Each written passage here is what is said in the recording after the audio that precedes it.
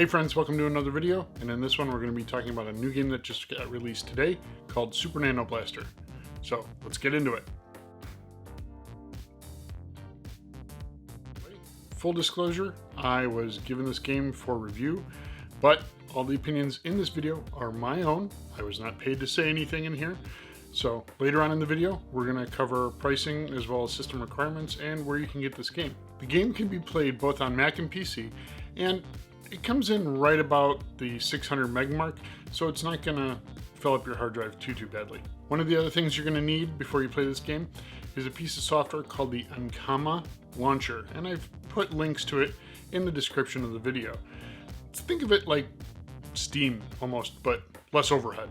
For the game's aesthetic, we're actually in a computer system, and it's styled more along the lines of a 16-bit video game, so it's kind of got that retro flair to it, and you're off to destroy the viruses. And when they blow up real good. When you first get in the game, one of the options that you're going to be presented with is language, and you've got 4 to select from: English, French, German, and Spanish. For the difficulty setting, you're going to be presented with easy, normal, hard, expert, and black hole. And then you're going to go on to select your ship.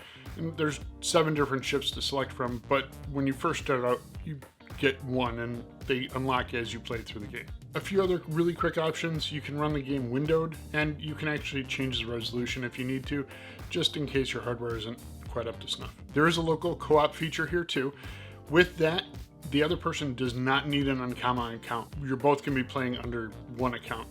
And when you die, or when your partner dies, when you reach the next checkpoint, you'll actually be resurrected. So you kind of drag them along. One of the features that I like in the game is when you beat levels 1 through 3, you don't have to go through them each playthrough. So you can jump right back to level 4 if you've gone through the first 3 levels already. With that in mind, you only can play through the difficulty levels that you've already beaten. So just because you've beaten the levels on easy, 1 through 3, doesn't mean you can go and play level 4 on hard until you've beaten levels 1 through 3 on hard. The special mechanic in this game is the layers. So you've got 2 layers that you're seeing, and you can flip-flop between the 2 of them. And as you're flying through the one layer, you can actually see kind of what's going on in the other one, where enemies are, where their shots are, and when you flip over, you'll see the layer that you just left as well, so you can see where you can go and where you can't go. The game won't let you warp into a wall either, so it'll just keep you on that given layer. As far as environmental hazards here, there's not much you really have to worry about. There are a few levels here and there that do have them, but it's pretty obvious which walls you shouldn't run into. As far as enemies go, there's quite a few different enemy types, and their shots are pretty varied throughout the game. Also, as you ramp up in difficulty, their shots do change a little bit, especially when you kill them. Some of them will actually eject a fire on death shot. Checkpoints are in this game as well. Not that you just have to fly past them, you actually have to go to them and retrieve them. So if you're on one layer and the checkpoint's on another, you have to flip to the layer to get the checkpoint. It's not just passing a given point in the stage. On the easier levels, your ship will actually be able to take a few shots here and there. Not a ton, but maybe 2 or 3 depending on the difficulty. But as you ramp up into hard and expert, 1 shot, 1 kill. You also control the speed of the game to a certain point, so when you fly to the top of the screen, you're actually going to fly faster, and if you fly all the way to the bottom, the game's going to scroll by a little bit slower. When you kill enemies, they're going to leave behind energy. As you collect it, it's going to store up in your ship, and at a certain point, when you get enough, you'll be able to overclock your ship. So at that point, you'll do more damage for a period of time. I think you move a little bit faster as well, and then it resets and you're back to normal. It's a super shot. The background music definitely has a synthy retro vibe to it, I would say. It goes along well with the aesthetic of the game. Same thing with the sound effects as well. The shots you fire as well as the shots that are being fired at you definitely add to the gameplay. The bosses are diverse, and some of them actually have tactics that relate to the levels. For example, on this 3rd level boss, he will actually pull apart sections of the wall that he uses as shields against you, and because they do damage, if you hit them, you'll take a bit of damage. You get the opportunity to take down baddies in 7 different stages here.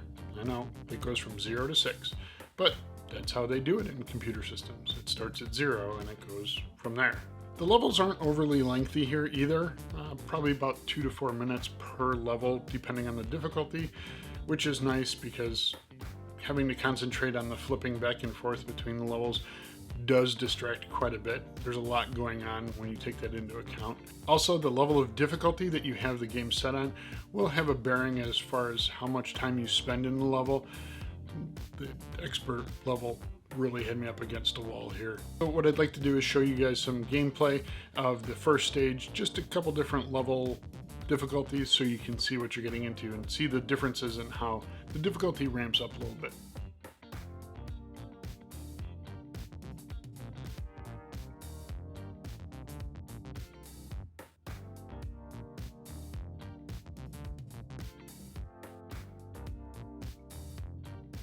I've put the system requirements on the screen here for a hot minute so you can verify that your system is up to snuff to run the game.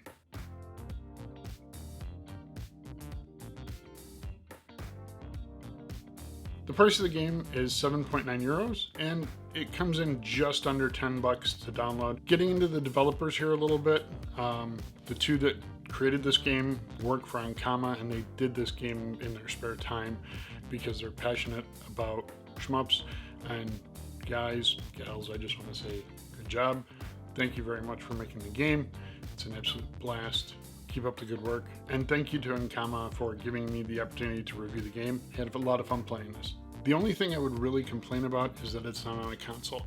And I'm a console guy. So, you know, take that with a grain of salt. They are going to be running launch tournaments, which if you win, I think it's top 3, they will actually give you something that you can use in one of their other games. Pretty cool concept. I've added information in the description of the video if the game has piqued your interest. The game just came out today, so go check it out if you can. I hope you've enjoyed the video. Hit the like button if you have. Subscribe for when we release our videos. Other than that, have a good one. Be good to each other. Thanks for watching.